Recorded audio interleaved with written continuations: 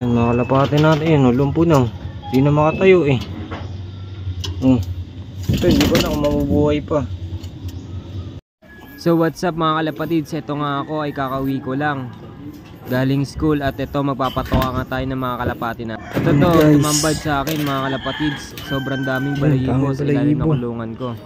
Agad ko nga naisip baka napusa ito dito, papatoka sana ako. Kasi bawat angat ko dito ay nagsisilikutan na sila sa kulungan at tanda na silang kumain. Ngayon ay napansin ko, hindi sila ganon ka-excite sa akin kapag paangat ako ng bubong. Tingin ko dito nadali pala isang ibon natin na summer.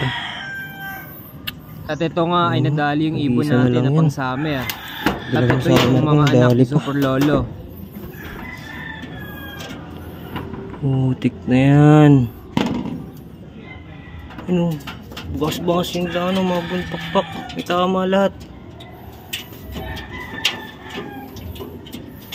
Nakasurvive pa, nag-iisa na lang.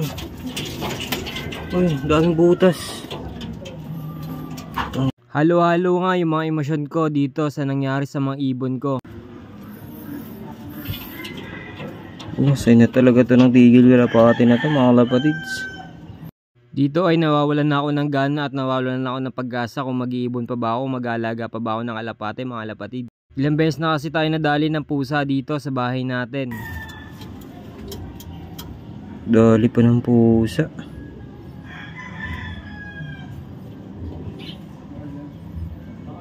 Oh my.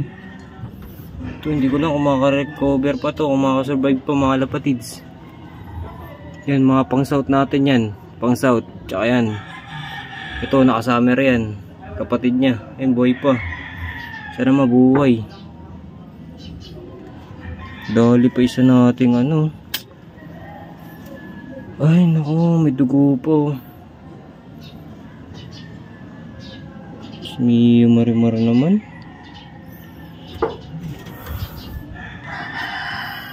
Tigil kalapati na ba ito mga kalapatids? Lagi na lang ganito, nadali tayo ng pusa. Pati yung nakaano natin si ano.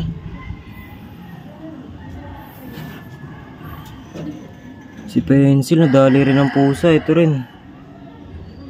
Hindi po pwede itong hindi tayo hayaan natin yung pusa mga kalapatids. Nadali na naman tayo ng mga pang summer natin. Butas na naman.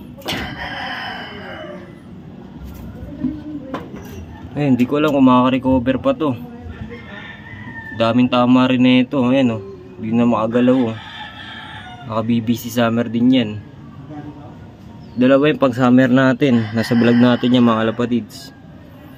Ayan pa. May tama, daming tama rin na ito. Papakain sana ako naabutan ko dito, kakauwi ko lang ng school.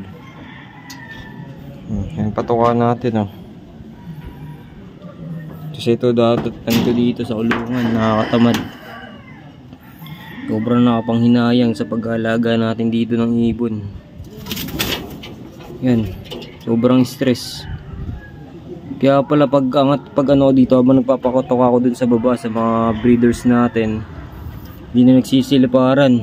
Kasi pag dating ako liparan sila dito kasi alam nila nandiyan ako at kakain na sila. Ayun, nadatnan ko dito. Tignan natin kung may tama itong ayun, daming balahibo. Ay nako. Hindi natin makalapadids. May tama ito isa. Ito yung isa natin makalapadids. Ayun, may tama din wait. Ay, wak-wak. Okay na. Ayun Di ko lang mabubuhay itong mga lapads. May tama rin sa leeg. Ganun leeg abot. Ayun ang hina na lang.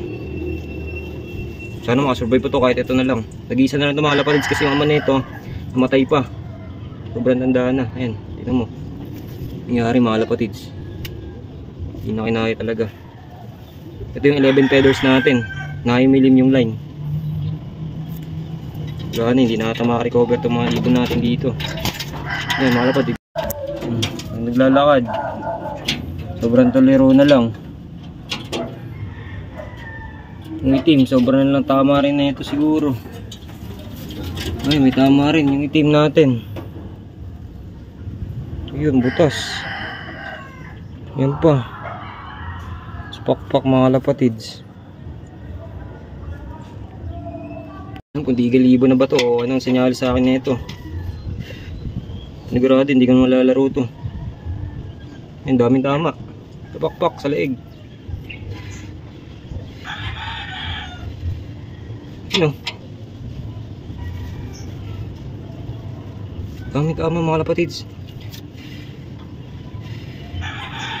Butas yung ano, pang gilid niya ito, pang laro natin ng stout to. Yan, tinamaan.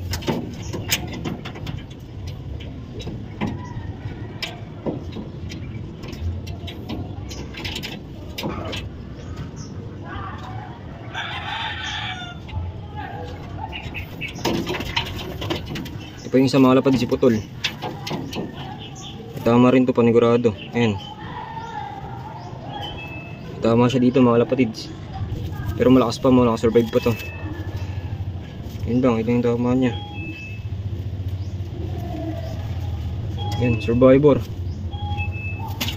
Yan, mga kalapati natin yan, lumpo na. Hindi na makatayo eh. Ito, hindi ko na kung mabubuhay pa. 11 feathers natin. Ayan, lumpo-lumpo na lahat.